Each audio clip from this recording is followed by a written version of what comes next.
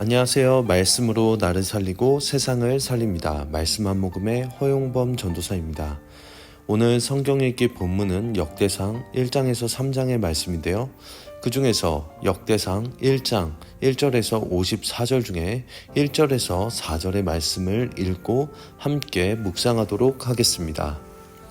아담, 셋, 에노스, 게난, 마할랄렐, 야렛, 에녹, 무두셀라, 라멕, 노아, 셈, 함과 야벳은 조상들이라. 오늘 본문 역대상은 바벨론 포로기 이후인 기원전 5세기경에 기록된 것으로 보는 견해가 많습니다. 또한 일반적으로는 에스라가 기록자 혹은 편집자일 가능성이 높다고 여겨지고는 있지만 최근에는 에스라, 느헤미야의 저자와 역대상은 저자가 다르다는 견해들도 많이 나오고 있습니다. 또한 역대상은 정경 중에 마지막 성경인데요. 역대상이 쓰여진 시기는 유다 백성이 바벨론 포로 생활에서 돌아와 성전과 공동체를 재건하던 시기로 민족의 정체성과 신앙 회복이 절실했던 때였습니다. 하나님께서 시내산 언약을 지키지 않은 주의 백성들을 심판하여 바벨론으로 내리치셨는데 시내산 언약은 여전히 유효한지, 유다 땅으로 돌아온 바빌론 포로민의 후예들은 아직도 하나님의 백성인지, 이와 같은 질문들의 역대기 저자는 모두 긍정적으로 답하면서 이스라엘은 여전히 하나님의 백성이며 그분의 자비와 은혜를 구하고 받을 자격이 있다는 것을 강조하면서 이스라엘 백성들에게 미래에 대한 비전을 제시하고 있습니다. 그리하여 하나님은 신실하신 분이기 때문에 약속대로 다윗 왕국은 반드시 재건될 것이며 그분의 백성은 하나님의 확실한 보호를 받을 것이며 이 일은 자동적으로 이루어지는 것이 아니라 비전이 현실이 되려면 주의 백성들의 많은 기도와 영적 회복이 필요하다고 이스라엘 백성들에게 이 말씀을 통하여 전달하고 있는 것입니다.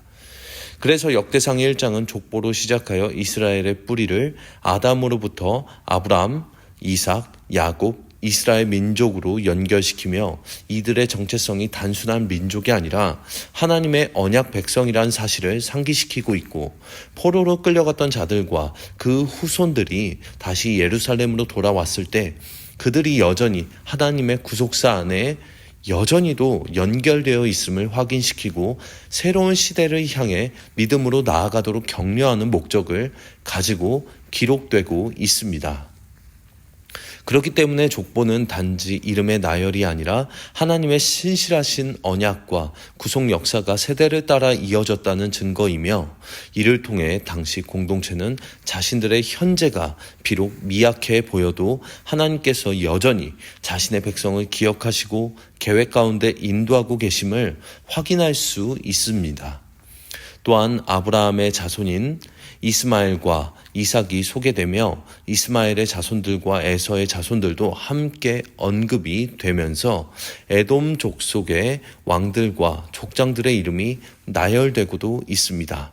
이렇게 이방 민족의 역사도 하나님의 구속사 안에서 의미 있게 다뤄지는 것도 보여주면서 열방을 향한 구속 계획을 이루어 가신다는 사실도 강조하고 있습니다.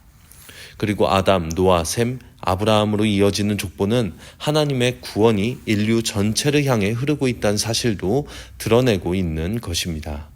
또한 역대기의 핵심은 하나님과의 바른 관계 회복이며 그것은 혈통이 아닌 신앙의 순전함과 중심의 회복에 달려있음을 강조하고 있는데 다윗의 언약, 성전 중심의 예배, 회개의 회복은 오늘날 이방인 그리스도인에게도 적용되는 신앙의 본질을 보여주고 있는 것입니다. 역대기는 하나님께서 누구든지 온전히 찾고 의지하는 자를 사용하시며 과거가 어떠했든 진심으로 하나님께 돌아오면 회복과 은혜가 가능함을 선포하고 있습니다. 그렇게 역대기는 포로기 이후 시대를 살던 이스라엘 사람들이 자신들이 누구인지를 알게 하여 삶의 소망과 활력을 불어넣기 위해 집필한 책이라고 볼 수 있겠습니다. 역대기의 말씀은 오늘날을 살아가는 우리 그리스도인들에게도 그대로 적용해 볼 수가 있겠습니다. 예수님으로 인하여 하나님께서 구원하여 주신 그리스도인이라는 정체성이 우리 삶 속에서 잃어버린 정체성으로 인한 네거티브한 모습들을 다시 희망적인 모습으로 불러 일으킬 것입니다.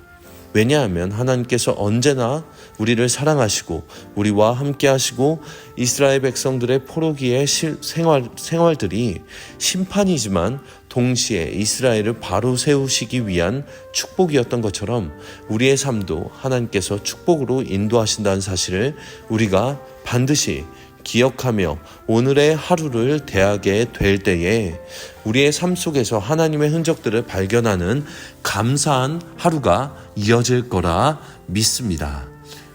이제 기도의 물가로 함께 나아갑시다. 하나님 아버지, 오늘도 귀한 말씀을 우리에게 허락하여 주셔서 감사드립니다.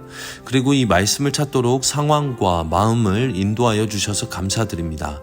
하나님께서 우리를 얼마나 사랑하시는지를 깨닫고 오늘의 하루 속에 오직 감사함으로 하루를 승리할 수 있도록 은혜에 허락하여 주시옵소서. 나의 삶의 현장 속에서 예수 그리스도의 향기를 드러내는 하루가 될 수 있도록 인도하여 주시옵소서. 나를 만나는 사람들이 나로 인하여 하나님께 영광을 돌릴 수 있도록 우리에게 은혜 허락하여 주시옵소서. 오늘 우리 요셉 청년분들의 삶에 복에 복을 더해 주시고 만남의 축복에 축복을 주시며 하루를 죽게 하듯 성실하게 감당하여 세상의 빛과 소금이 되게 하옵소서. 주님 감사합니다. 이 모든 말씀 살아계신 우리 구주 예수 그리스도의 이름으로 기도합니다. 아멘.